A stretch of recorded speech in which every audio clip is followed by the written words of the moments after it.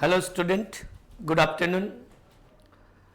हम जब कोई हमारे लिए गवर्नमेंट एग्जाम्स की वैकेंसी आती होती है तब हम हर बार मुलाकात करते होते, ऑफलाइन या तो ऑनलाइन।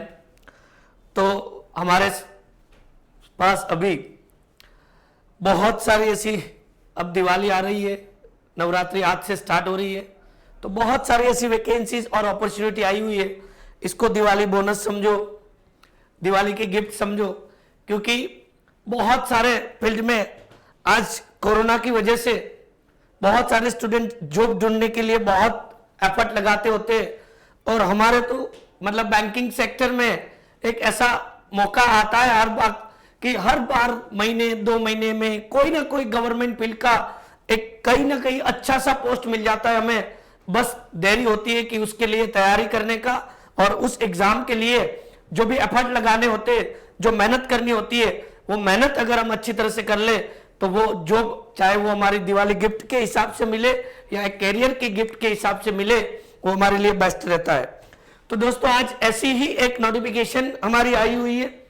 एसबीआई बैंक में जनरली हर साल एसबीआई असिस्टेंट और ऑफिसर लेवल की रिक्रूटमेंट करता रहता है, और इस साल असिस्टेंट की वैकेंसी 2021 में अभी अप्रैल मई में आ चुका था।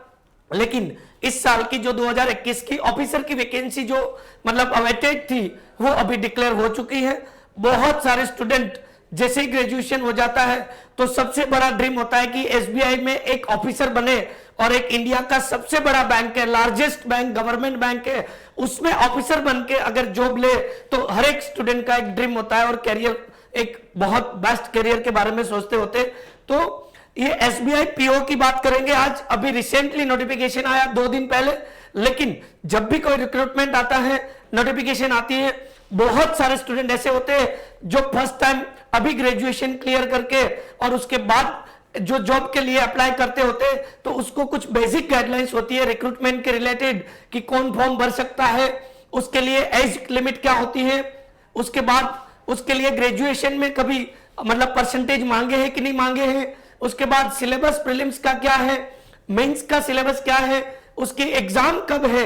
ये सारे जो डाउट होते हैं, वो जो नए स्टूडेंट, अभी फ्रेशर स्टूडेंट ऐसे होते हैं जो लोग फर्स्ट टाइम एग्जाम के लिए जा रहे होते, उसके माइंड में बहुत सारे क्वेश्चंस होते हैं।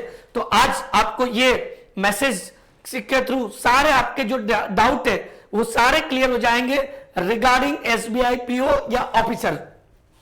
दोस्तों, ये 2021 का रिक्रूटमेंट है जो अवेटेड था, 2022 में वापस आएगा। लेकिन अभी जो लोग ग्रेजुएट हुए हैं उसके लिए यह पहला मौका है कि वो अपने अभी नेक्स्ट करियर में एक बैंकिंग फील्ड में करियर सोच रहे, तो उसके लिए बेस्ट एक अपॉर्चुनिटी के रूप में आया है। एसबीआई पीओ की बात करें दोस्तों, 2 दिन पहले ही इसका नोटिफिकेशन आया है।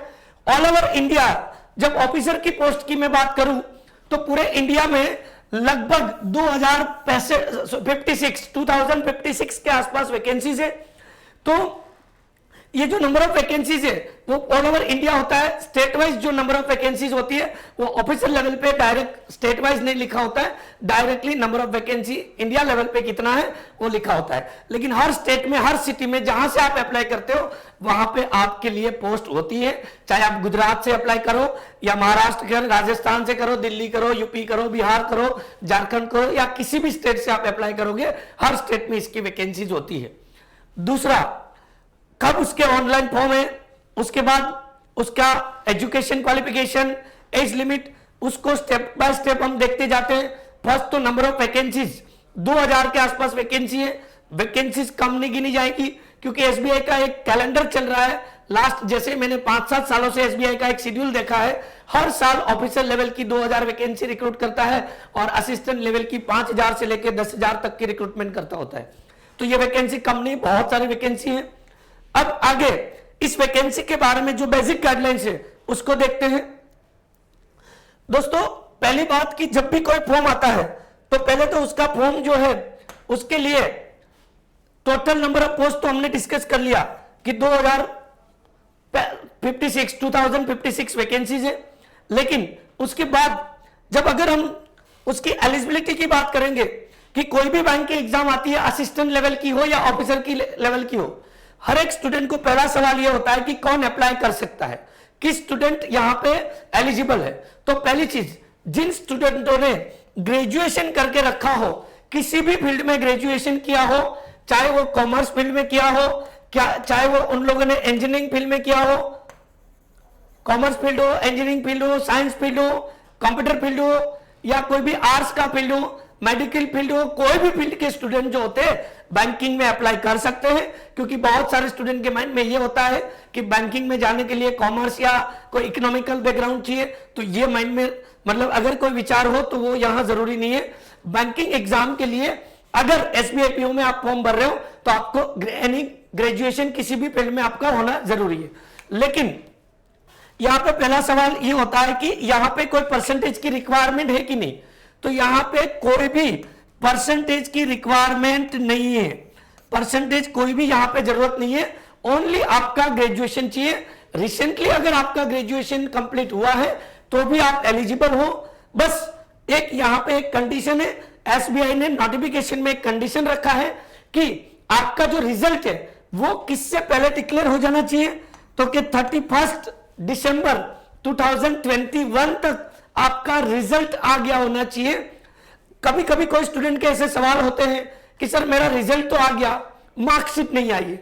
किसी स्टूडेंट का ऐसा सवाल होता है, सर रिजल्ट आ गया, डिग्री कंप्लीट हो गया, लेकिन अभी तक डिग्री सर्टिफिकेट नहीं आया। तो दोस्तों चिंतित होने की जरूरत नहीं है, आपका सिर्फ रिजल्ट डिक्लेयर हो गया होना चाहिए।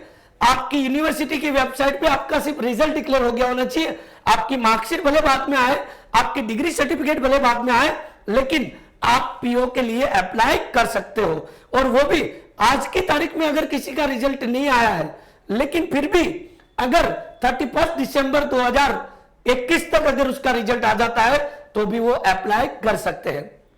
ये इसलिए यहां पे डेट इस साल की लास्ट लिखी है क्योंकि कोरोना की वजह से कुछ यूनिवर्सिटीज है, चाहे वो स्टेट लेवल पे हो या नेशनल लेवल पे, उसकी जो उसकी जो ग्रेजुएशन की इस साल की जो फाइनल ईयर है वो अभी इस बार अभी एग्जाम में खत्म हुई है और उसके अभी रिजल्ट आ रहे हैं। तो ये जो फाइनल ईयर के स्टूडेंट थे इस साल के, जिसने अभी ग्रेजुएशन खत्म किया हो या तो एग्जाम दे रहे हो और रिजल्ट के लिए वेट कर रहे हैं, तो उनके लिए ये बहुत बड़ी अपॉर्चुनिटी है कि वो फॉर्म भर सकते हैं। वो लोग फॉर्म नहीं भर पाएंगे जो अभी 5th सेमेस्टर में हो या तो 7th सेमेस्टर में है, मतलब जो फाइनल ईयर के स्टूडेंट अभी एंट्री लिया हो वो लोग फॉर्म नहीं भर पाएंगे, बाकी सारे लोग भर पाएंगे। और कोई परसेंटेज की रिक्वायरमेंट नहीं है, बस अपने अगर कैरियर सोचा है एसबीआई में तो बस इसके सब्जेक्ट तैयार करने की जरूरत है, बाकी कोई परसेंटेज की यहां पे रिक्वायरमेंट नहीं है। दोस्तों ये हो गई बात हमारी एजुकेशन क्वालिफिकेशन की। अब बात करते हैं एज लिमिट कि जब भी कोई बैंकिंग सेक्टर में वैकेंसीज आती है तो एजुकेशन क्वालिफिकेशन के बाद सबसे बड़ा एक एलिजिबिलिटी का पॉइंट होता है एज। तो यहां पे एज लिमिट में 21 से लेके 30 तक का लिमिट दिया गया है, 21 से लेके 30 तक का लिमिट दिया गया है। अब यहां बहुत सारे स्टूडेंट को जो लोग अभी ग्रेजुएशन किया होता है और अभी ग्रेजुएशन कंप्लीट करके और बैंकिंग की तैयारी स्टार्ट कर रहे होते हैं या तो कर दिया होता है, लेकिन पहला सवाल आता है कि उनका ग्रेजुएशन 20 साल में कंप्लीट हो गया होता है और एसबीआई में डायरेक्टली 21 ईयर मांगा है। तो दोस्तों निराश होने की जरूरत नहीं है, जो फाइनल ईयर कंप्लीट करके अभी रिसेंटली ग्रेजुएशन कंप्लीट किया है उसको कोई निराश होने की जरूरत नहीं है, क्योंकि ओनली एसबीआई पीओ में ही 21 ईयर मांगा जाता है। बाकी एक और वैकेंसी के बारे में मेरा अभी आपको वीडियो मिलेगा जो आज ही आया हुआ है, आईबीपीएस क्लर्क, तो वहां पे 20 ईयर का मिनिमम एज रिक्वायरमेंट होता है। एसबीआई पीओ जो है उसमें 21 ईयर का रिक्वायरमेंट मांगा होता है, लेकिन निराश होने की जरूरत नहीं है। ये कोई अगर एलिजिबल नहीं है तो ये 2021 का वैकेंसी है, 2022 में वापस अप्रैल मई के आसपास एसबीआई पीओ आने के चांसेस सबसे ज्यादा है, तो तब हम एलिजिबल हो जाएंगे। और ये एसबीआई पीओ अगर अभी नहीं भर पाएंगे तो आईबीपीएस पीओ अभी आएगा, 15-20 दिन के अंदर नोटिफिकेशन आने के चांसेस है। आईबीपीएस क्लर्क की नोटिफिकेशन आज मतलब 7 अक्टूबर को आ चुका है, तो ये दूसरी और अपॉर्चुनिटी अपने पास है, उसमें फॉर्म भर के हम बैंकिंग कैरियर के लिए तैयारी स्टार्ट कर सकते हैं। और जो एसटी एससी ओबीसी को जो एज बेनिफिट मिलता है वो तो मिलता ही है, लेकिन यहां पे एक और डेडलाइन दिया है कि आपकी जो एज काउंट होगी कि मिनिमम 21 इयर्स, तो वो किसको आधार पे काउंट होगी, तो कि 1 अप्रैल 2021 के 1 अप्रैल 2021 जो आपकी ग्रेजुएशन की डेट थी वो अलग थी, लेकिन यहाँ एज जो है वो 1 अप्रैल 2021 के दिन काउंट करना है। इस तारीख को आपका 21 कंप्लीट हो गया होना चाहिए, या तो इस तारीख को आपका 30 ईयर कंप्लीट नहीं होना चाहिए, बस तो आप अप्लाई कर सकते हो। और ये जो मैं आपको इंफॉर्मेशन दे रहा हूं, आपको एक बार बैंकिंग एकेडमी की वेबसाइट पे भी जाना है, क्योंकि बैंकिंग एकेडमी की वेबसाइट पे आपको पूरा एडवर्टाइजमेंट लगाया हुआ है एसबीआई का, उसमें फॉर्म भी भर सकते हो, वहां से डायरेक्टली एसबीआई की वेबसाइट जो है वो लिंक किया गया है। इसलिए एक बार जब भी ये आप समझ लीजिए, एक बार आप पूरा वीडियो देख लीजिए, उसके बाद एडवर्टाइजमेंट कंप्लीटली केयरफुली रीड करना है, उसके बाद फॉर्म भरना स्टार्ट करने का है। अब आगे बात करते हैं दोस्तों, ये तो एज लिमिट की बात हो गई। अब फॉर्म कब तक चलेंगे कि एसबीआई पीओ के ऑफिसर के फॉर्म जो है वो कौन सी तारीख तक चलने वाले हैं? तो एसबीआई पीओ के जो फॉर्म है वो 5 अक्टूबर मतलब 2 दिन पहले स्टार्ट हो चुके हैं। 5 अक्टूबर से लेके 25 अक्टूबर तक फॉर्म चलने वाले हैं। कोई भी स्टूडेंट भर सकता है। आप बैंकिंग एकेडमी की वेबसाइट पे जाके वहां पे लिंक रखा हुआ है, वहां से डायरेक्ट एसबीआई की वेबसाइट पे लिंक किया गया है, वहां से डायरेक्टली आप फॉर्म भर पाओगे। और ये तारीख के बीच में, ये दोनों तारीख इंक्लूडेड है, दोनों तारीख के बीच में हम फॉर्म भर सकते हैं। दूसरा, फॉर्म की फीस क्या है? तो जनरल ओबीसी ईडब्ल्यूएस कैटेगरी के स्टूडेंट जो है उसके लिए 750 उसका जो चार्जेस है फॉर्म का। जनरली ऐसे चार्जेस तो हम कहीं ना कहीं यूज कर लेते होते। और दूसरा, जो अदर कैटेगरीज है उसके लिए कभी 100 रुपया होता है, कभी 150 रुपीज होता है, कभी नहीं होता है। तो उसका हमें, आप एक बार एडवर्टाइजमेंट पढ़ लोगे तो उसमें क्लियर दिया हुआ है। यहाँ पे मैं बेसिक गाइडलाइन समझा रहा हूं कि जो एक मेन गाइडलाइंस है वो हमें मिस नहीं करनी है। तो ऑनलाइन फॉर्म का डेट 5 अक्टूबर से लेके 25 अक्टूबर तक फॉर्म भरना है, ऑनलाइन फॉर्म भरना है। बाकी ऑफलाइन कोई प्रोसेस नहीं करनी है। ऑनलाइन फॉर्म जैसे ही सबमिट करोगे, ठीक है, आपका एप्लीकेशन हो चुका है। अब नेक्स्ट, अब बात करते हैं दोस्तों, जब भी कोई एग्जाम की फॉर्म आते हैं, जब भी कोई एग्जाम के लिए हम तैयारी करने जाते हैं या कोई भी अच्छे करियर के लिए जाते हैं, और अभी दोस्तों आपको एक चीज बताऊं कि कोरोना के 2 साल में अगर किसी भी फील्ड में इंडिया के अंदर सबसे ज्यादा रेगुलर और बेस्ट रिक्रूटमेंट किया हो तो मेरे नॉलेज में तो बैंकिंग सेक्टर ही है। चाहे कोरोना का कैसा भी शेड्यूल आया, लेकिन गवर्नमेंट जॉब के लिए रिक्रूटमेंट किया हुआ है। और बहुत सारे स्टूडेंट को कोरोना में, कुछ ही लोगों ने कोरोना में जॉब को खोया है, लेकिन बहुत सारे स्टूडेंट ऐसे हैं जिसने गवर्नमेंट जॉब पाया है। इसलिए दोस्तों, जब भी कोई वैकेंसीज आती है, और बैंकों में तो हर साल, हर 2 महीने में कोई ना कोई गवर्नमेंट एग्जाम्स के लिए फॉर्म आ जाते हैं। तो अब एसबीआई पीओ की अगर मैं बात करूं तो हमने एजुकेशन देख लिया, एज लिमिट देख लिया, फॉर्म कब भर सकते हो वो भी देख लिया, फॉर्म की फीस क्या है वो भी देख लिया। अब इसका जो एग्जाम है वो किस तरह से रहेगा? जो कोई भी ग्रेजुएशन फील्ड का स्टूडेंट होगा वो आप दे सकते हो, लेकिन उसका एग्जाम पैटर्न क्या होता है और एग्जाम है कब? अब आज तारीख है कि अगर समझो कि अक्टूबर का 1st वीक चल रहा है, तो इनका जो प्रीलिम का एग्जाम है, कोई भी बैंक की एग्जाम आएगी, पहले प्रीलिम एग्जाम होता है, उसके बाद मेंस एग्जाम्स होता है। पहले प्रीलिम एग्जाम होता है, उसके बाद क्या होता है? मेंस एग्जाम्स होता है। अब अगर मैं प्रीलिम एग्जाम की बात करूं तो प्रीलिम में कोई भी एग्जाम आएगी बैंकिंग की तो 2 से 3 सब्जेक्ट होते, कभी 2 सब्जेक्ट होते, कभी 3 सब्जेक्ट होते। अब यहां पे देखिए डायरेक्ट डेडलाइन लिखा है कि एसबीआई पीओ का फॉर्म अभी चल रहा है, लेकिन एसबीआई ने नोटिफिकेशन में क्लियर डिक्लेयर किया है कि इनकी प्रीलिम एग्जाम जो है वो नवंबर और दिसंबर में होगी। मतलब नवंबर का हो सकता है लास्ट वीक या दिसंबर का 1st वीक। तो अभी से हमें अलर्ट हो जाने की जरूरत है। जो लोग पहले से तैयारी कर रहे हैं उनके लिए अच्छी बात है कि सिलेबस खत्म हो गया हो, तैयारी कर चुके हो और बहुत बड़ा अपॉर्चुनिटी आया है।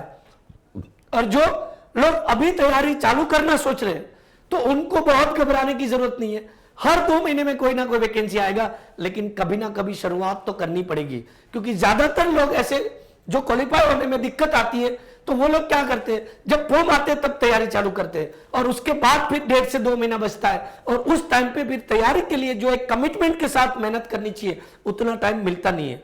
बाकी अगर कोई भी बैंक की एग्जाम में आपको 3 से 4 महीना अच्छे से मिल गया तो आप प्रीलिम को भी अपीयर कर सकते हो और मेंस को भी अपीयर कर सकते हो और क्वालिफाई भी हो सकते हो अच्छी तरह से। तो प्रीलिम एग्जाम जो है वो नवंबर दिसंबर में आयोजित किया जाएगा, और अभी एग्जैक्ट डेट नहीं आया है, जब भी एग्जाम होगी उसके 15 दिन पहले जब कॉल लेटर आएंगे तब उनका डेट एग्जैक्ट पता चल जाएगा। अब प्रीलिम में तो कि कोई भी बैंक की प्रीलिम होती है तो जनरली 3 सब्जेक्ट होते हैं, क्वांटिटेटिव एप्टीट्यूड मतलब मैथ्स, लॉजिकल रीजनिंग और तीसरा सब्जेक्ट इंग्लिश। पूरा प्रीलिम का जो पेपर है वो 100 मार्क का पेपर होगा। यहां पे मैं प्रीलिम का शेड्यूल समझा रहा हूं, किसी स्टूडेंट ने समझा हो, लेकिन लास्ट में फॉर्म भरने की गाइडलाइंस समझाऊंगा कि कैसे फॉर्म भरना है। बहुत सारे स्टूडेंट फॉर्म भरने में मिस्टेक करते होते, लेकिन जब एग्जाम में जब जाएंगे फिर अगर कोई भी मिस्टेक किया होगा जो आपके पास एलिजिबिलिटी में नहीं है और आपने गलत तरीके से डाला होगा या कोई मिस्टेक हो गया होगा तो आपका फॉर्म रिजेक्ट हो जाएगा और एग्जाम में एलिजिबल नहीं हो पाएंगे। इसलिए खास सिर्फ इतना नहीं देखना है कि कब फॉर्म भरना है, कैसे फॉर्म भरना है, लेकिन सारी चीजें देखना है कि फॉर्म भरने में क्या क्या गाइडलाइंस है। तो आपका जो प्रीलिम का एग्जाम है वो 100 मार्क का होगा और आपको प्रीलिम के लिए 60 मिनट का टाइम मिलता है। ये तो ज्यादातर कोई भी बैंक की एग्जाम होगी ये पैटर्न सेम होती है। प्रीलिम में 3 सब्जेक्ट, क्वांटिटेटिव एप्टीट्यूड मतलब मैथ्स और लॉजिकल रीजनिंग और तीसरा इंग्लिश। दोस्तों सबसे बड़ी बात यहां पे एक और है, यहां पे हमने नोट करके लिखा है। सबसे बड़ी बात यहां पे एक नोट करके लिखा हुआ है कि एसबीआई के अंदर देखो अलग अलग बैंकों की रिक्रूटमेंट अलग अलग होती है। किसी की आईबीपीएस करता है एज ए नेशनलाइज्ड बैंकों की, आरआरबी की अलग से होती है, एसबीआई की अलग से होती है। लेकिन यहां पे खास ध्यान देने वाली बात यह है कि जब जब बैंकों की रिक्रूटमेंट होती है तो यहां पे कट ऑफ जो होते हैं ना वो सब्जेक्ट वाइज भी होते हैं और टोटल कट ऑफ भी होते हैं। लेकिन एक एसबीआई में चाहे वो असिस्टेंट का एग्जाम होगा या ऑफिसर का एग्जाम होगा, यहां पे सेक्शनल कट ऑफ नहीं है। एसबीआई की एग्जाम में subject wise section cut off नहीं होता है पासिंग में, direct total cut off passing में होता है, सेक्शनल कट ऑफ नहीं होता है। आईबीपीएस की जो एग्जाम होगी उसमें subject wise section cut off होगा, चाहे वो कोई भी एग्जाम होगी आईबीपीएस की। जबकि एसबीआई की एग्जाम में लास्ट 4 साल से सेक्शनल कट ऑफ को कंसीडर नहीं कर रहे, हमें टोटल सब्जेक्ट में मार्क्स तीनों मिला के कितने आए उसके हिसाब से मेरिट बनता है। तो ये एक अच्छी बात है कि कोई स्टूडेंट किसी एक सब्जेक्ट में वीक है तो उसकी वजह से हो सकता है कि वो फेल होने से कभी उसको बेनिफिट हो जाए, और टोटल कट ऑफ में अगर 2 सब्जेक्ट अच्छे हैं तो 2 सब्जेक्ट में अच्छा मार्क्स ला जाएंगे तो उसका कट ऑफ बन सकता है। तो ये खास ध्यान देने वाली बात है, एसबीआई पीओ में सेक्शनल कट ऑफ नहीं होगा। प्रीलिम का मैंने बता दिया 100 मार्क का पेपर है, नवंबर दिसंबर में प्रीलिम आयोजित किया जाएगा और 60 मिनट का टाइम मिलेगा। और जो स्टूडेंट आज तैयारी चालू कर रहे हैं उनको टेंशन लेने की जरूरत नहीं है। हाँ, हम एग्जाम देने के लिए ही तैयारी चालू किया है, कोई अभी चालू करना चाहते होंगे, लेकिन एक चीज है कि कोई भी बैंक की एग्जाम ऐसा नहीं कि आज लास्ट है, हर साल हर 2 महीने 3 महीने पे कोई ना कोई गवर्नमेंट एग्जाम आएगा। बस देरी ये है कि आज से तैयारी चालू करो। तो ये बता दिया मैंने आपको प्रीलिम का स्ट्रक्चर। अब बात करते हैं कि एसबीआई की जो एग्जाम होती है उसमें दूसरा पार्ट क्या होता है। दूसरा पार्ट होगा मेंस एग्जाम। पहला प्रीलिम एग्जाम, दूसरा पार्ट होगा मेन एग्जाम। और मेन एग्जाम भी दिसंबर में लिखा है। अब किसी को ऐसा लगे कि आपने अभी बताया कि नवंबर में भी है प्रीलिम और दिसंबर में भी है और ये भी दिसंबर में, तो सारी चीजें एक साथ कैसे लेंगे। देखो एसबीआई का इतिहास है, अभी इतिहास 2 महीने पहले का ही गवाह बन गया, 1 महीने पहले ही हो गया। क्या कि जब भी एसबीआई कोई एग्जाम लेता है तो प्रीलिम्स के बाद मेंस के लिए ज्यादा टाइम मिलता नहीं है। कभी कभी 15 दिन ही मिलते हैं, कभी कभी 8 दिन भी मिलते हैं और कभी कभी 1 महीना भी मिलता है। इसलिए दिसंबर में समझो कि पहले वीक में अगर एसबीआई पीओ का प्रीलिम एग्जाम हो गया तो 15 दिन के अंदर रिजल्ट भी आ जाएगा और 10 दिन के अंदर मेंस भी ले लेता है एसबीआई। तो एसबीआई ने हर वक्त ऐसा किया है लास्ट 2-3 सालों में कि जब मेंस का रिजल्ट आता है, प्रीलिम का रिजल्ट आता है, उसके साथ ही मेंस का कॉल लेटर आ जाता है। इसलिए एसबीआई जो है वो नवंबर के एंड दिसंबर के स्टार्टिंग में प्रीलिम ले सकता है और दिसंबर के एंड में मेंस ले सकता है। तो जो भी स्टूडेंट आज तैयारी करके अगर रेडी हो या अभी चालू तैयारी हो उनके लिए एक अल्टीमेटम है कि यहां पे आपको प्रीलिम के बाद मेंस के लिए टाइम नहीं मिलेगा। तो अभी से अगर हम तैयारी कर रहे हैं तो हमें मैथ्स, रीजनिंग, इंग्लिश और करंट अफेयर्स, बैंकिंग और कंप्यूटर उसके लिए भी काम करना स्टार्ट करना पड़ेगा। और बैंकिंग एकेडमी की यूट्यूब चैनल भी है जिसके ऊपर बहुत सारे हमारे फैकल्टीज जो है वो सब्जेक्ट वाइज आपको एक्स्ट्रा लेक्चर भी दे रहे हैं। और बैंकिंग एकेडमी की अलग अलग ब्रांचों भी है जहां पे स्टूडेंट ऑफलाइन में भी अलग अलग बैंकिंग के कोर्स हो उसकी अच्छी तरह से तैयारी भी कर रहे हैं। तो ये हो गया प्रीलिम एग्जाम। अब मेंस के बाद अगर बात करूं मेंस का सब्जेक्ट की, तो रीजनिंग जो आपका प्रीलिम में था वो तो आएगा ही, लेकिन एक और सब्जेक्ट आएगा कंप्यूटर। जो आपका कंप्यूटर सब्जेक्ट है वो प्रीलिम्स में नहीं आएगा, ओनली किस में आएगा, मेंस में आएगा। दूसरा subject data analysis and interpretation. अब देखिए यहां पे एक नया नाम आया है, कुछ स्टूडेंट नया नाम पढ़ के और फिर इसका फिर और गहन विश्लेषण करने बैठ जाते हैं। देखिए ये एक मैथ्स ही है, ये क्या है, ये मैथ्स का ही एक चैप्टर है। वैसे तो एक चैप्टर नहीं बोला जाएगा, मैथ्स के सारे चैप्टर मिला के एक चैप्टर बना हुआ है, डेटा एनालिसिस एंड इंटरप्रिटेशन। लेकिन मैथ्स में ओनली डीआई नहीं पूछा जाएगा, हर वक्त कहीं ना कहीं डीआई के रिलेटेड क्वेश्चन के अलावा भी कभी कभी दूसरे क्वेश्चन मैथ्स के जो हमारे जनरल सिलेबस में होते हैं, बैंकिंग पीओ के सिलेबस में होते हैं, वो सारे टॉपिक्स यहां आ सकते हैं। देखिए यहां पे सबसे बड़ी बात कि जितने मार्क्स क्वेश्चन है उतने मार्क्स नहीं, ज्यादा मार्क्स है।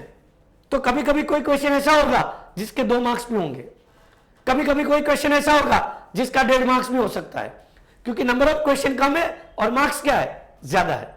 इसलिए यहां पे खास ध्यान देने का, जो डिफिकल्टी लेवल क्वेश्चन का होता है उसके ऊपर मार्क्स डिसाइड होती है यहां पे। उसके बाद तीसरा सब्जेक्ट यहां पे देखिए मैथ्स में तो 35 क्वेश्चन ही है और मार्क्स कितने हैं, 60।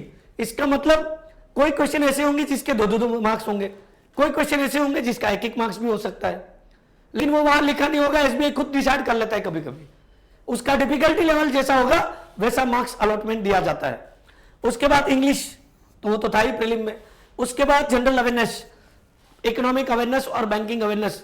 दोस्तों सबसे ज्यादा स्टूडेंट जो होते हैं वो सबसे ज्यादा अगर मार खाते हैं तो यहां खाते हैं, क्यों, क्योंकि पहले प्रीलिम की तैयारी करते रहते हैं, उसके पहले साथ में कभी current affairs, general awareness, banking पढ़ते ही नहीं है, और फिर लास्ट में जब एसबीआई का रिजल्ट आ जाता है फिर 15-20 दिन में दौड़ने लगते हैं, इधर उधर मटेरियल ढूंढते हैं और पढ़ना स्टार्ट करते हैं।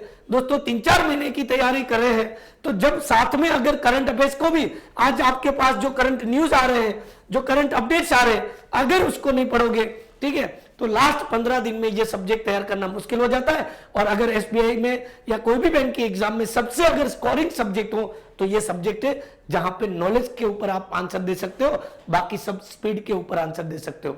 और करंट के लिए आपको बता दूं, बैंकिंग एकेडमी का डेली करंट अफेयर्स का लाइव लेक्चर चलता है, जो भी इंपॉर्टेंट न्यूज आते हैं उसका डेली सुबह में भी चलता है कभी, और शाम को भी कभी चलता है। डेली सीएनए करके एक लाइव लेक्चर चलता है। जो स्टूडेंट अभी से तैयारी कर रहे हैं उसका मेरा रिक्वेस्ट है कि आप डेली इसको अभी से अपडेट करिए, तो 3-4 महीने बाद आपका जब भी कोई एग्जाम होगा आपको बहुत ही हेल्पफुल होगा।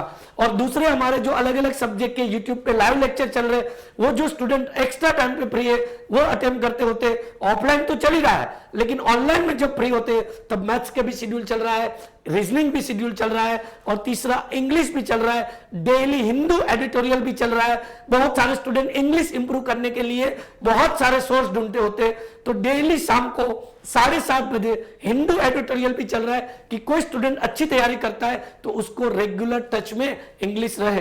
हमारे फैकल्टी की टीम हर दिन हर शेड्यूल में फैकल्टी स्टूडेंट के लिए बेस्ट क्या है उसके लिए मेहनत करते रहते हैं। यहां पे मेंस में भी देखिए, यहां पे एक पॉइंट लिखा है कि सेक्शनल कट ऑफ, तो यहां पे भी सेक्शनल कट ऑफ नहीं है, प्रीलिम्स में भी सेक्शनल कट ऑफ नहीं है और मेंस में भी सेक्शनल कट ऑफ नहीं है। इसलिए निश्चिंत रहना है कि एक आध सब्जेक्ट में आपको शायद कम मार्क्स आ रहे हैं, तो आप टोटल कट ऑफ में अगर क्वालिफाई हो जाते हो तो एसबीआई में आपका रिजेक्शन नहीं होगा। ये खास ध्यान देने वाली बात है। आईबीपीएस में सेक्शनल कट ऑफ होता है। उसके बाद ये बात हो गई प्रीलिम्स और मेंस की। और मेंस मैंने बता दिया दोस्तों दिसंबर में, मतलब अभी से लेके 2.5 से 3 महीने का टाइम है। दिवाली आ जाए, नवरात्रि आ जाए, लेकिन हमें लग जाना के लिए हमारे लिए यही नवरात्रि है और यही दिवाली है, ठीक है। अगर अच्छा करियर मिला होगा और अच्छा जॉब मिला होगा तो फिर सारे साल आते रहेगा, दिवाली भी आएगा और नवरात्रि भी आएगा। अब दोस्तों ये तो हो गया प्रीलिम्स और मेंस का सिलेबस, लेकिन कुछ स्टूडेंटों को फॉर्म भरने में पहली बार जब फॉर्म भर रहे होते, पहली बार जब अप्लाई कर रहे होते, तब फॉर्म में बहुत सारी क्वेरी होती है। तो यहां पे फॉर्म भरने का पूरा सिस्टम समझा रहा हूं, जिसकी वजह से छोटा सा भी मिस्टेक नहीं हो और आप अच्छी तरह से एक्यूरेसी के साथ फॉर्म भर पाओ। अब फॉर्म भरने की बात कर रहे हैं दोस्तों कि जब भी फॉर्म स्टार्ट करेंगे तो फॉर्म भरने से पहले कुछ बेसिक रिक्वायरमेंट है, और फॉर्म भरना है आपको तो बैंकिंग एकेडमी की वेबसाइट पे चले जाना है, वहां पे ऑलरेडी एसबीआई का लिंक रखा हुआ है, वहां से डायरेक्ट आप लिंक पे क्लिक करोगे तो एसबीआई की वेबसाइट पे चले जाओगे। बैंकिंग एकेडमी की वेबसाइट आप सर्च करोगे गूगल में, डायरेक्ट मिल जाएगा। अब फॉर्म्स चालू करने से पहले तो एक फोटोग्राफ आपको स्कैन करके रखना है, और वो ऐसा फोटो होना चाहिए जो अभी रिसेंटली 3-4 महीने के 6 महीने में आपने गिराया हो। कोई लोग 10 साल पुराना फोटो रखते हैं और फिर अपलोड कर देते हैं, और फोटो की क्लैरिटी अच्छी नहीं होती है, और फिर जब फॉर्म का प्रिंट निकालोगे तो आपका फेस वहां पे विजुअलाइज नहीं होता है, तो फिर वहां पे फोटो मैच नहीं होता होगा, तो आपका एग्जाम में जब जाओगे तब एग्जाम हॉल में बैठने से भी रोक देते हैं। इसलिए खास फोटो अपलोड करने के लिए अच्छा पासपोर्ट साइज का फोटो होना चाहिए, सेल्फी गिराया हुआ नहीं, शादी वाला नहीं, अभी का प्रोफेशनल फोटो, क्योंकि इंटरव्यू में जाओगे और वो लोग देखेंगे कि सेल्फी वाला फोटो रखा है तो आपको पूछेंगे फिर कि आप ऑफिसर दिखते हो, फिर हमारे पास कोई जवाब नहीं होगा। इसलिए खास जब भी फोटो रखे तो एक प्रोफेशनल ऑफिसर बनने जा रहे तो एक प्रोफेशनल फोटो अपलोड करना है। दूसरा सिग्नेचर, एक व्हाइट कलर का ब्लैंक पेज लेना है, उसके ऊपर सिग्नेचर करना है, और सिग्नेचर को भी स्कैन करके रखना है। इसका कितना केबी में करना है, कौन सी पेन से करना है, वो सारा एडवर्टाइजमेंट जो आपको एसबीआई का दिया हुआ है उसमें सब कुछ लिखा है। एक बार उसको पढ़ लेना है, उसके बाद ही फॉर्म भरना स्टार्ट करना है। एडवर्टाइजमेंट भी यहाँ एकेडमी की वेबसाइट पे रखा हुआ है। तो फॉर्म भरने की मैं सारी डिटेल बता रहा हूं, लेकिन केबी कितना, ये सारी चीजें एडवर्टाइजमेंट में दिया है, वो आप एक बार अच्छी तरह से देख लेने का, उसके बाद स्कैन करके रखने का, उसके बाद फॉर्म स्टार्ट करने का है। उसके बाद left hand thumb impression, left hand thumb impression, एक वापस व्हाइट कलर का पेज लेना है, ठीक है, ब्लैंक पेज, उसके ऊपर क्या करना है, थंब इंप्रेशन लगाना है और उसको स्कैन करना है और उसको अपलोड करना है। और खास चीज, कभी कभी सिग्नेचर अपलोड हो जाती है लेकिन कंप्लीटली लोड नहीं हुई होती है, उसके बाद वो जब आप फॉर्म भरते हो ना, उसकी एप्लीकेशन की जब आप प्रीव्यू करोगे या प्रिंट आउट निकालोगे तब वो क्लियर दिखता नहीं होगा। तो जब भी फॉर्म पहले सबमिट करो उससे पहले प्रीव्यू देखना है कि आपने जो अपलोड किया है वो क्लियरली दिख रहा है कि नहीं दिख रहा है। तो अगर कंप्लीटली दिख रहा है उसके बाद ही सबमिट करने का है, वरना अगर कोई भी मिस्टेक से अगर अपलोड हो गया तो उसके बाद फॉर्म इसका मॉडिफाइड नहीं होता है। इसके खास ध्यान देने का है, फॉर्म वापस मॉडिफाई होगा नहीं, इसलिए खास जब भी फॉर्म भरे तब मिस्टेक नहीं करना है। और एक hand return declaration, hand return declaration, आपको एसबीआई की नोटिफिकेशन में जाना है, उसमें हाउ टू अप्लाई करके एक पेज पे लिखा हुआ है, उसके नीचे जब देखोगे तो वहां पे एक गाइडलाइंस लिखी है कि हैंड रिटर्न डिक्लेरेशन। तो क्या करना है बता देता हूं, एक व्हाइट कलर का वापस ब्लैंक पेज लेना है, उसके ऊपर हैंड से उन लोगों ने 3 पैराग्राफ दिए हुए हैं, सॉरी 3 लाइन दी है पैराग्राफ में, और उसमें लिखना होता है कि ये जो मैंने यहाँ पे फॉर्म भरा हुआ है, ठीक है, जो भी मैंने यहाँ पे आपको इंफॉर्मेशन प्रोवाइड की हुई है वो मेरे नॉलेज के हिसाब से करेक्ट है, और इसके रिलेटेड जो भी डॉक्यूमेंटेशन है वो मैं आपको जब भी रिक्वायरमेंट होगी तब प्रोवाइड करूंगा। Here declare all the information is correct as per my knowledge, when it's require about all the details and documentation I will provide it, ऐसा इंग्लिश में लिख के दिया, हिंदी में नहीं, ठीक है। तो वो जो है वो आपको 2 से 3 लाइन वहां पे दिया है, उसका कॉपी करना है, उसके अंदर जहां ब्लैंक छोड़ा है वहां अपना नाम डाल देना है, और जो भी कोई डिटेल मांगा है वो फिलअप करके अपने हाथों से, दूसरे से नहीं। कभी कभी कोई लोग अपने भाई को फॉर्म भरवाते हैं, कोई अपनी सिस्टर को फॉर्म भरवाते हैं, कोई अपने दूसरे फ्रेंड का फॉर्म भर देते हैं, लेकिन हैंड रिटन डिक्लेरेशन बोला है कि किसी का भी फॉर्म होगा उसका खुद का हाथ से लिखा हुआ डिक्लेरेशन अपलोड करना है। ये खास चीजें याद रखना है। तो हैंड रिटन डिक्लेरेशन, ये 4 चीज, फोटोग्राफ, सिग्नेचर, उसके बाद लेफ्ट हैंड थंब इंप्रेशन और हैंड रिटन डिक्लेरेशन, ये 4 चीज कितने केबी में करना है वो एडवर्टाइजमेंट में दिया है, उसको स्कैन करके रखो, उसके बाद फॉर्म स्टार्ट करना है। फॉर्म स्टार्ट करने के लिए मैंने बता दिया, बैंकिंग एकेडमी की वेबसाइट पे जाना है, वहां पे नीचे डायरेक्टली है, लिंक दिया होगा, स्क्रॉलिंग भी हो रहा है, और अप्लाई ऑनलाइन का एक पूरा कोष्टक भी है, वहां पे क्लियर दिख रहा है। अब जब भी पहले फॉर्म स्टार्ट करोगे तो पहले न्यू रजिस्ट्रेशन करना होता है। पहले आपको रजिस्ट्रेशन करना है, उसमें बेसिक डिटेल मांगा होगा, नाम, मोबाइल नंबर, ईमेल आईडी, ये बेसिक चीजें डालनी होगी, वो डाल देने का है। जैसे न्यू रजिस्ट्रेशन कंप्लीट हो जाएगा उसके बाद आपका एक रजिस्ट्रेशन नंबर जनरेट होगा, आपको मैसेज आएगा और आपको मेल भी आ जाएगा। अब वो जो रजिस्ट्रेशन नंबर और आपका बर्थ डेट होता है ना, या तो आपको कोई एक ओटीपी या तो कोई पासवर्ड जैसा आएगा या तो बर्थ डेट होगा, उससे आपको वापस लॉगिन करना है। रजिस्ट्रेशन करने के बाद, ऑलरेडी रजिस्ट्रेशन कर दिया होगा, उसके बाद लॉगिन करना है, और जब लॉगिन करोगे तब पूरा पेज खुलेगा आपका ऑनलाइन फॉर्म का। तो पहले न्यू रजिस्ट्रेशन करना है, फिर वो जो आपको रजिस्ट्रेशन नंबर आया होगा वो और आपका बर्थ डेट मांगा हो तो वो डाल के लॉगिन वापस करना है उस पेज पे जाके। उसके बाद fill up the basic detail. अब बेसिक डिटेल मतलब क्या, आपका नेम, आपका फादर का नेम, आपका सरनेम, आपका बेसिक डिटेल मतलब आपका कास्ट कौन सा है, आपका मतलब कोई दूसरी डिटेल जैसे एड्रेस कोई मांगा है या ईमेल आईडी मांगा है, मोबाइल नंबर मांगा है, वो वापस एक बार सबमिट करना है। देखिए यहां पे लिखा हुआ है कि as per the valid ID proof. सबसे बड़ी बात कि जब भी फॉर्म भरो तब आपको जो आपका फॉर्म है वो आपका जो वैलिड आईडी प्रूफ है, वैलिड आईडी प्रूफ में Aadhaar card, license, election card, passport और आपका पैन कार्ड, ये जो आपका अलग अलग डॉक्यूमेंटेशन है आईडी प्रूफ, उसमें से जो एक डॉक्यूमेंट कोई भी ओरिजिनल जिसके हिसाब से नाम आपको ज्यादातर आधार कार्ड के हिसाब से लोग भरते हैं तो आधार कार्ड के हिसाब से भरना है, लेकिन इसमें नाम पहले है बाद में सरने में, पहले सरने में बाद में नाम है, वो चलेगा, लेकिन मिस्टेक नहीं होना चाहिए।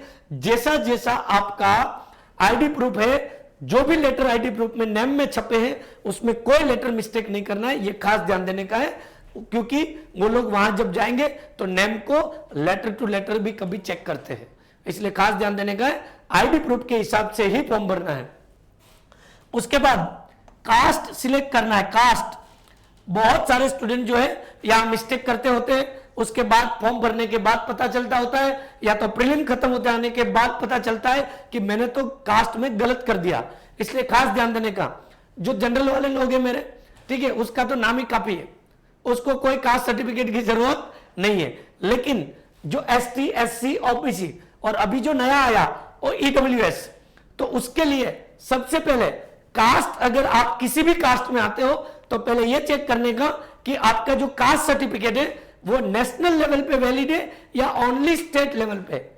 कभी कभी कोई स्टूडेंट, उनका जो कास्ट सर्टिफिकेट है उसके ऊपर पढ़ने का है कि उसमें ऐसा लिखा होता है कि ओनली फॉर गुजरात स्टेट, या तो ऐसा लिखा है only for Rajasthan, only for Bihar, only for UP, तो वो नेशनल लेवल पे वैलिड नहीं होता है। कभी कभी ओनली वर्ड लगा होता है, वैसे तो नाम तो स्टेट का लिखा होता है ऊपर, लेकिन क्लियर बांधा होगा आपको लिमिट में कि ओनली फॉर दिस स्टेट, तो वो सर्टिफिकेट है वो नेशनल लेवल पे कभी वैलिड नहीं होता है। तो खास ध्यान देने का, ये नेशनलाइज वैकेंसी है, आपका जो कास्ट है वो नेशनलाइज लेवल पे कास्ट में आना चाहिए।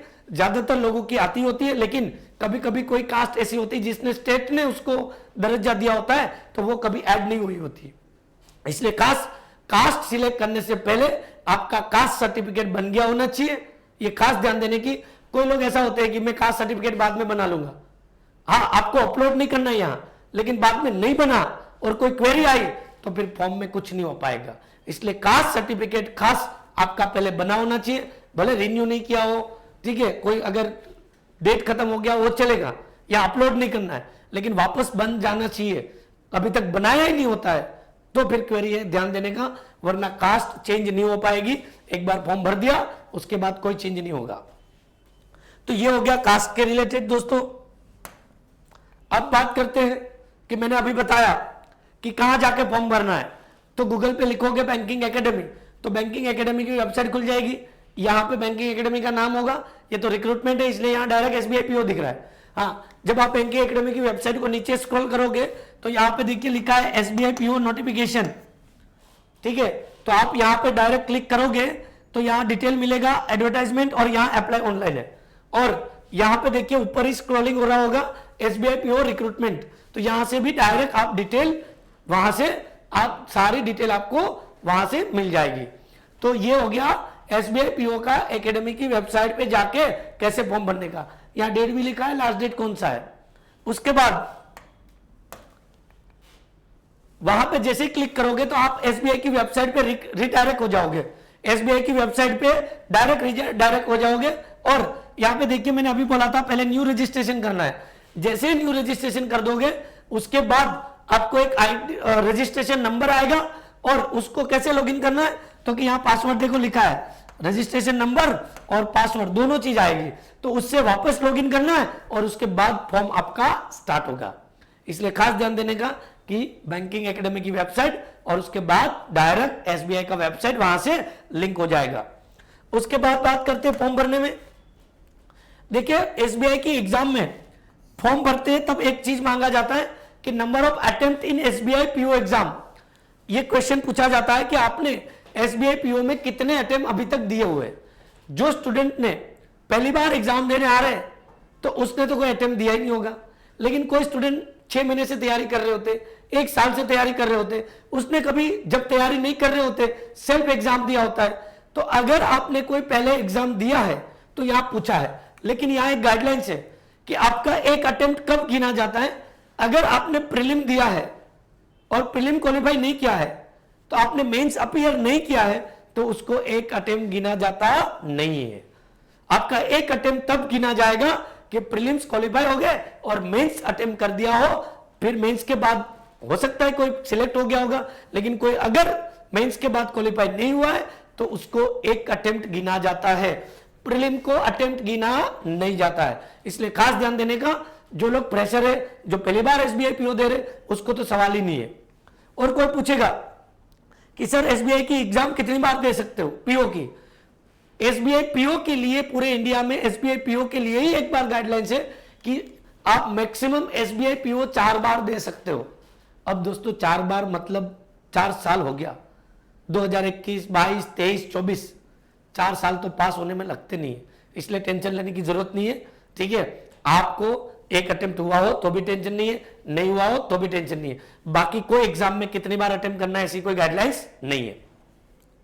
उसके बाद आपका जो एजुकेशन क्वालिफिकेशन है उसमें जो परसेंटेज अभी नहीं आते, उसमें सीजीपीए आते, सीपीआई आता है। वैसे आपकी यहां पे कोई परसेंटेज की रिक्वायरमेंट नहीं है, लेकिन आपको फॉर्म में फिलअप करना होता है।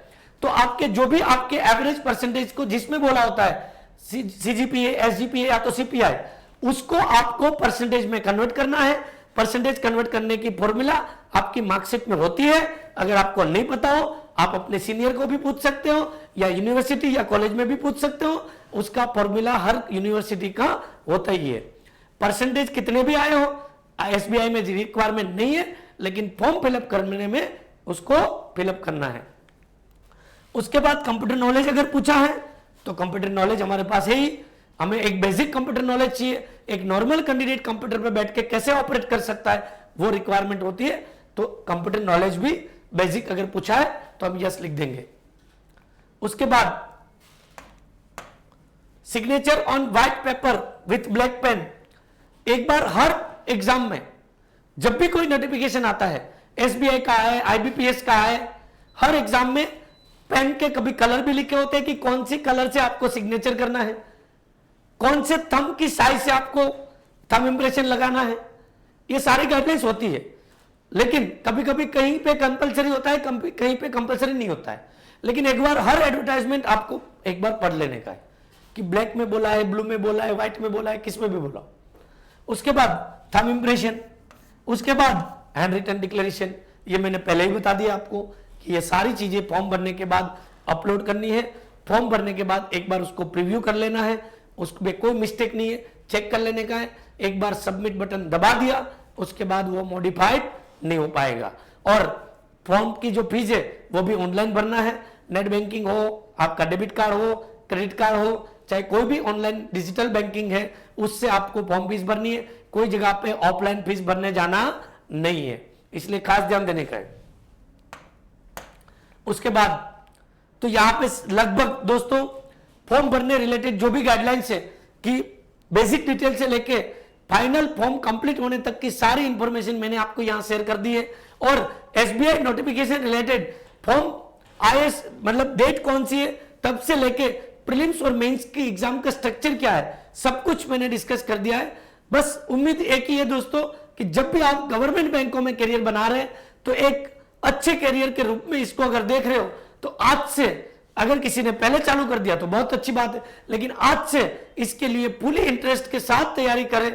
चाहे ऑफलाइन करना हो तो एकेडमी की बहुत सारी ब्रांचें हैं, और ऑनलाइन करना हो तो ऑनलाइन के लिए भी आप एकेडमी के बहुत सारे आपको इंफॉर्मेशन यूट्यूब पे भी मिल जाएगी, वेबसाइट पे भी मिल जाएगी, आप विजिट फिजिकली भी कर सकते हो, सारी डिटेल्स आपको ऑनलाइन गूगल पे सब कुछ मिल जाएगा। तो दोस्तों बस हर एक स्टूडेंट को आज नवरात्रि का पहला दिन है, तो सबको शुभेच्छा कि आप अपना अच्छा करियर गवर्नमेंट बैंकों में बनाएं। और आपको कोई भी डाउट है फॉर्म भरने रिलेटेड या कोई भी क्वेरी है, ये वीडियो के नीचे कमेंट बॉक्स में आप पूछिए। हमारी बैंकिंग एकेडमी के टीम के जो भी मेंबर है, आपका कुछ भी डाउट होगा, कुछ भी क्वेरी हो, आप चाहे किसी भी बैंकिंग तैयारी के रिलेटेड क्वेरी हो या फॉर्म रिलेटेड क्वेरी हो, आप बेशक पूछने का, आपको आंसर्स मिल जाएंगे और आपका सॉल्यूशंस मिल जाएंगे। उसके बाद एक और वैकेंसी आई है दोस्तों, उसका हिंट दे देता हूं, IBPS क्लर्क। आपको एक और वीडियो मिलेगा जिसमें उसकी पूरी इंफॉर्मेशन है, और एक तीसरा और वीडियो आएगा जो गुजरात के स्टूडेंट है उसके लिए स्पेशली, जो यहाँ की हमारी एक कोऑपरेटिव बैंक है सूरत पीपल्स कोऑपरेटिव बैंक, उसमें भी रिक्रूटमेंट आया है, उसका भी आपको अपडेट जल्दी मिल जाएगा। तो आपके लिए अपॉर्चुनिटी इतनी सारी है, बस मौका चाहिए और वार करना है और तैयारी करना है। हमारा कैरियर गवर्नमेंट में होगा वो ही सोचना है, बाकी कोई रुकावट नहीं आती है। बस तैयारी करिए और अपने कैरियर को ध्यान में रख के नॉन स्टॉप एक आज से लेके 1 साल का टाइम पीरियड लेके अगर 100% मेहनत के साथ तैयारी करोगे, आपके हाथ में जॉब होगी। धन्यवाद, शुभेच्छा, आभार, और बैंकिंग एकेडमी की टीम के साथ जुड़ने के लिए थैंक यू वेरी मच।